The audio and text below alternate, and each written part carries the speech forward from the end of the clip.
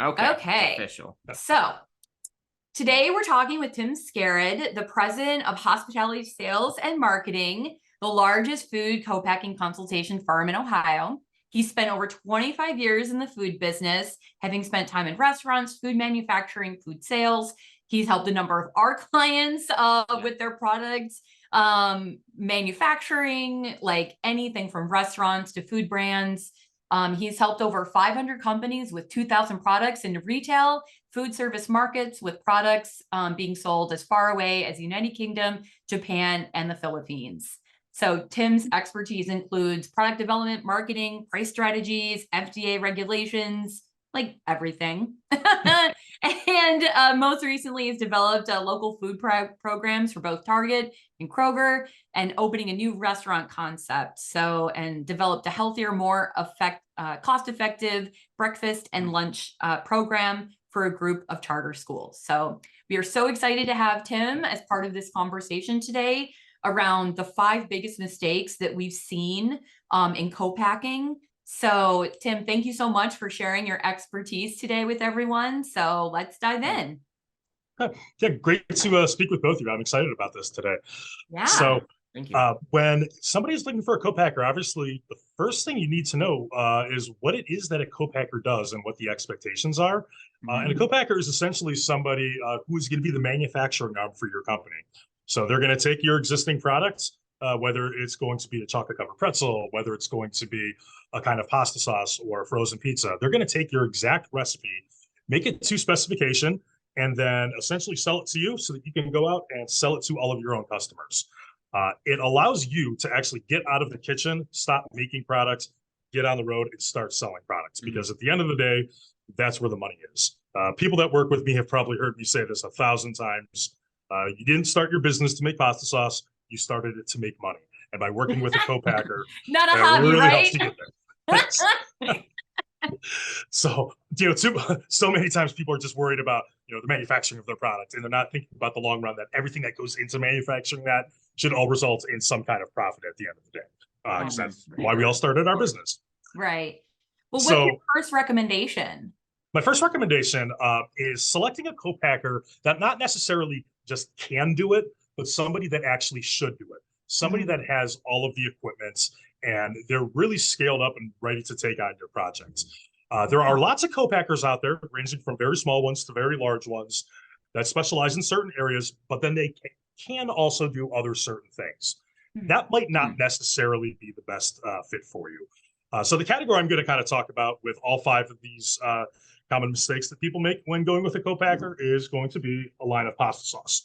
So pasta sauces are probably one of my biggest categories of items that I work with. And too many times somebody will find a manufacturer that makes pickles, for example, or they can make salad dressings, but they might not necessarily have the best buying power on all of the tomatoes or on a certain style of glass that they're looking to go with. So there are lots of people that might be able to do it, but not necessarily people who actually specialize in that specific category. And the more that they specialize in it, the more scaled up they're going to be, the lower their overhead and labor are going to be, and the lower costs they're going to be able to give you, which means you're going to have the opportunity to be much more successful. So what are some questions you could ask, like if you're looking at some different co-packers, like to make sure that you found the right one? Like you mentioned before about equipment, like, if you're a new food brand, you may not necessarily know the equipment to that is needed. So is there some tips or tricks or questions that they can ask in order to know if they found the right guy, girl, whatever? So it's definitely a give and take on both. It's kind of like any job interview that you go on, where just as many times they're asking you the questions, you probably want to ask the person interviewing you the same amount of questions, because you want to make sure it's going to be a good fit on both ends. So one of the things that you're going to want to ask is how automated are they? Do they have semi-automatic production lines? Is it fully automated? Or do they have people sitting there taking product out of the kettle and pouring it into bottles? Something like that, I would say it's probably more of somebody who can do it, not necessarily somebody who actually specializes in it. Somebody who's completely automated, making this exact same bottle of products, might be going from a large 500-gallon kettle into an 8-headed filling system, and they're able to empty that huge kettle in a matter of 20 minutes as opposed to 3 hours.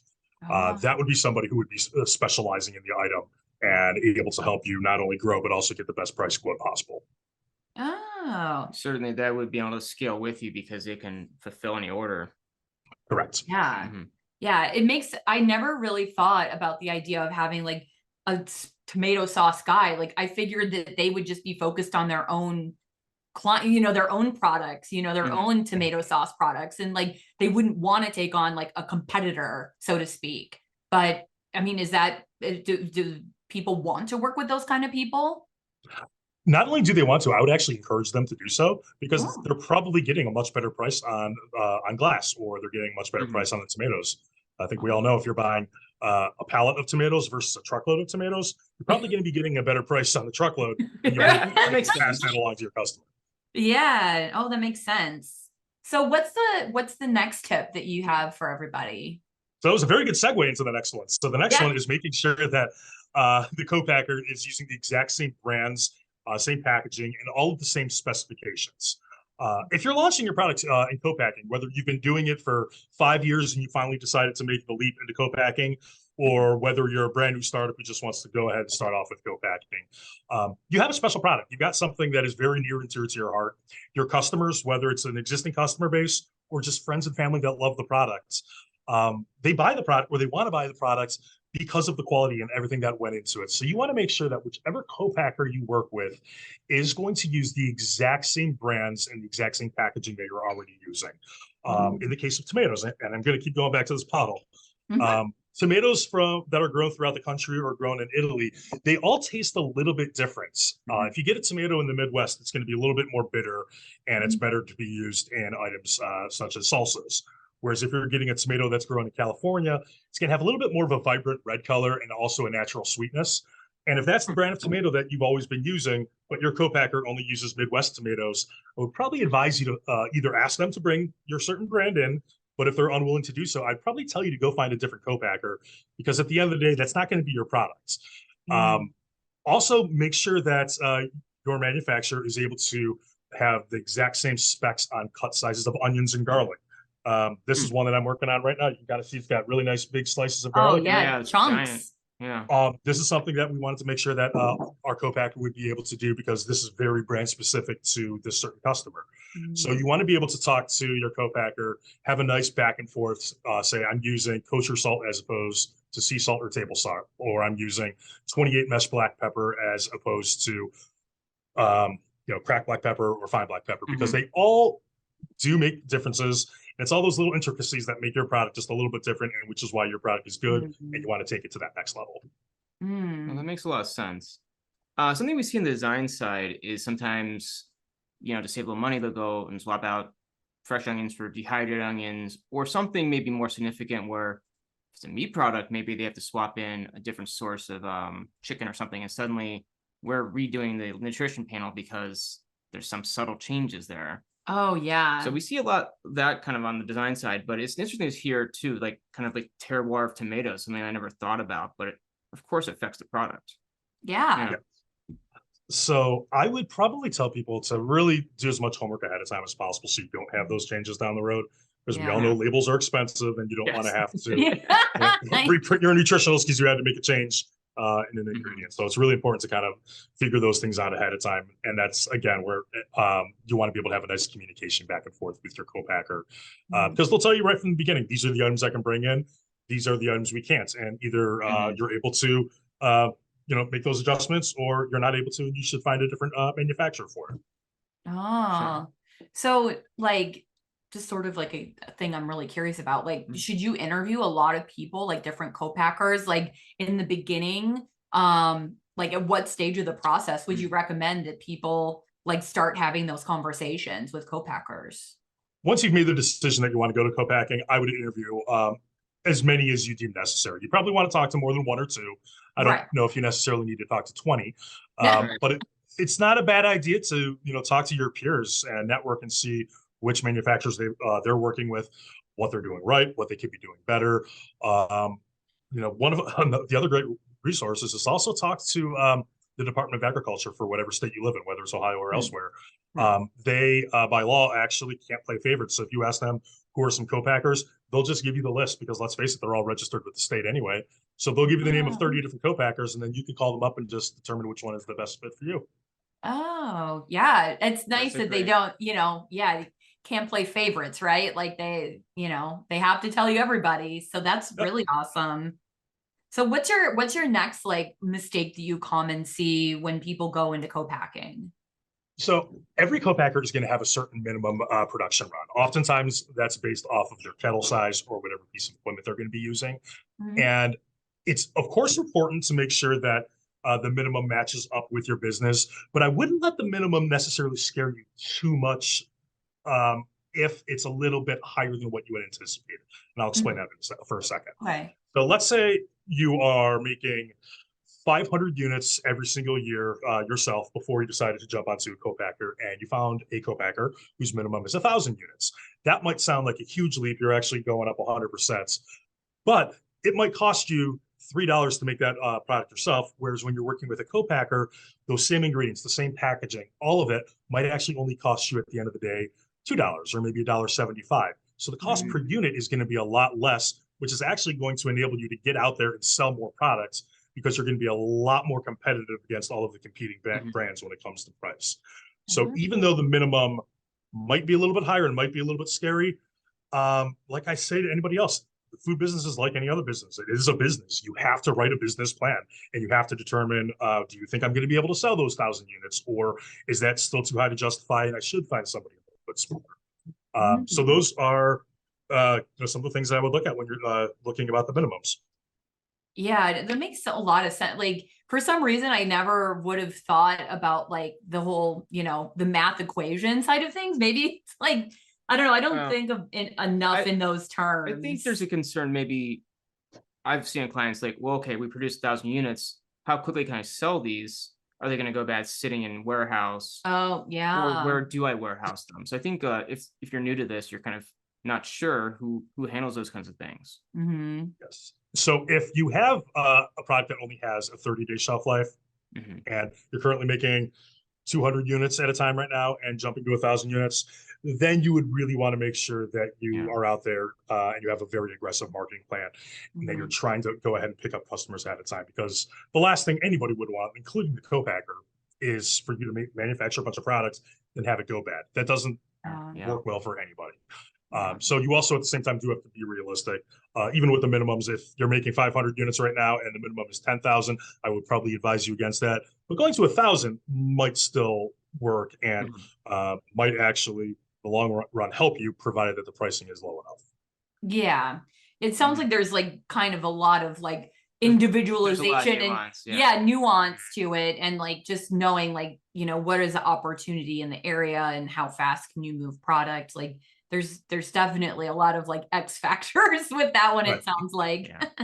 So what's your next like common mistake that you find that people make? So it's something that most customers don't actually utilize enough of. And that is talking to your co-packer and actually working with them on their existing relationships. Now, co-packers are typically making anywhere from 20 other items to 2,000 other items. So they, of course, can't go ahead and violate any of those agreements and tell people, oh, company XYZ is selling to this chain of grocery stores, and oh, this is who their buyer is at this distributor. But if you ask your co-packer, is Cisco picking up there? Is US Foods picking up there? Or do you have a relationship with La Prairie Foods, for example? That's only going to benefit you in the long run. Because if you're making a pitch to a grocery chain that uses La Prairie as a distributor, then that's only going to help, because you can say, oh, great, my co-packer actually already has a relationship, and you can just backhaul it directly from their facility. So talk to your manufacturer and realize what kind of relationships they have. 9 times out of 10, they're going to be willing to give you that information, because at the end of the day, the more product you're out there selling, the more product they're making in their kitchen. So it's a win-win scenario for both of you. Oh, I never really thought about, I mean, I know our food business, like, everyone's very like, they share information and they want to try and help each other. But yeah, I never really thought about leveraging that relationship as being so crucial. Absolutely. One of my co-packers that I work with here in Cleveland, they are a pickup destination for one of the largest grocery chains in this region. And whenever they're saying, "Oh, I want to pitch to this grocery chain," we're always like, "Oh, well, that's great because every single Monday they're here picking product up," and that always just seems to astonish them. They're like, "You'd be willing to just allow them to pick the product up?" I'm like, "Of course, it's actually just going to help everybody in the long run. The more you're selling, you'll be placing orders a lot faster, and we're all happy because of that." Yeah. Oh, it makes a lot of sense. Yeah, So, it's good. and then what's your last mistake that you you usually see when people go to a co-packer? So the last mistake that people make is kind of also goes back to point one, is that proximity isn't everything. So it's important to look outside the box. Now, if you're here in Ohio, for example, you probably don't want to look at a co-packer in California because the shipping would kill you. But that doesn't necessarily mean that you need to stick within 45 minutes or an hour. Oftentimes, the best co-packer for your needs might be 5 hours, might be 6 hours, might be 8 hours away. And that might be the best relationship, even if you do have to pay for shipping to go from Tennessee to Cleveland. It might still be the best fit based on what your minimums are, based on what the pricing is, and based on what the capabilities are. So don't just limit yourself to a very, very small area. And if you can't find somebody, throw your hands up and say, "Oh, I'm done. I'm just going to have to make the product myself." Continue the search and just know that you do actually have other options that are a little bit further outside the region that might actually be a better fit for you. So yes, we all like supporting local restaurants and all of our other local friends who are making products. But everybody's product is unique, and what they're making might not have the exact same results that you're looking for when it comes to a co-packer. So look outside the box, but again, network with people. You'd be shocked how much information people are going to be willing to tell you.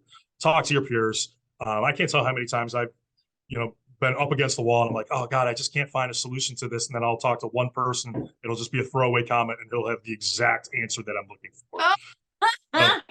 That's how just keep talking to people, because you never know what everybody else knows. You never know who they know. And oftentimes the thing that you've been banging your head up against the wall for a long, long time, it's second nature to the person that's sitting right next to you. You just didn't even know it. Yeah, it's fair.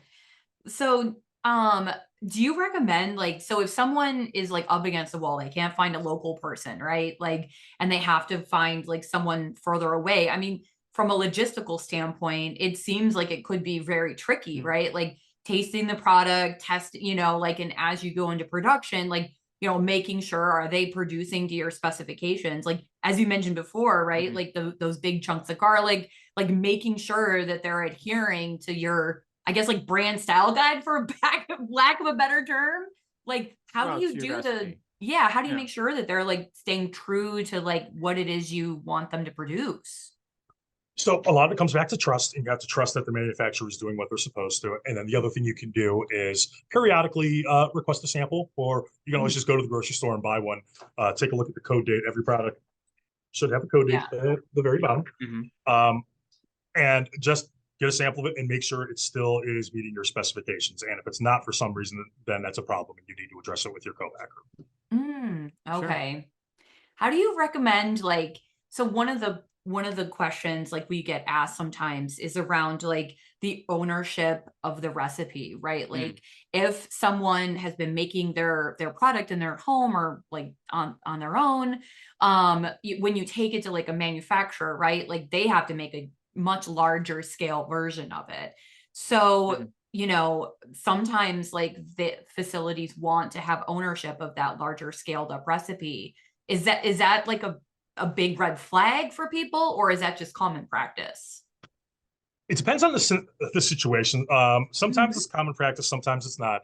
Okay. Virtually any co-packer will give you back the formula that you gave to them. But what will happen is, let's say if you have 3 different pasta sauces and you say, "You know what, I'm doing really well with these 3.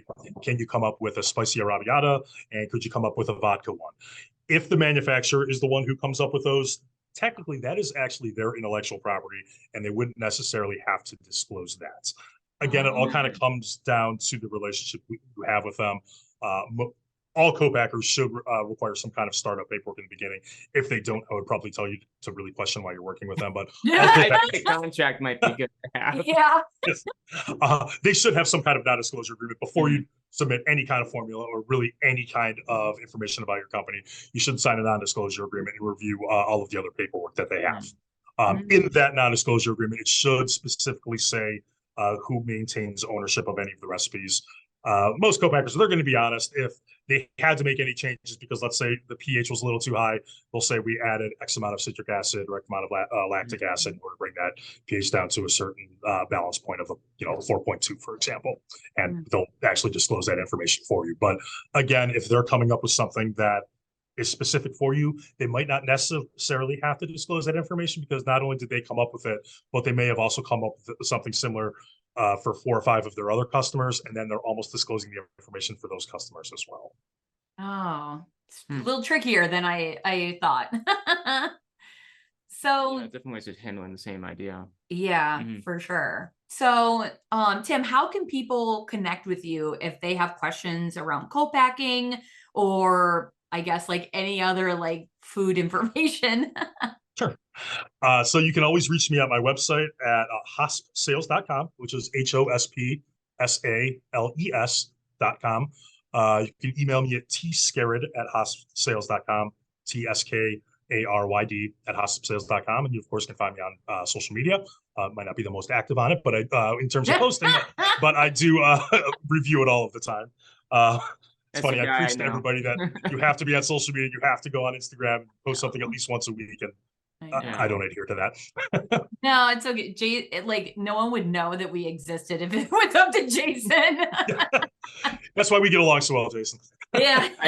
I'm not an oversharer. It's part of the business though. Yeah, it is there. Awesome.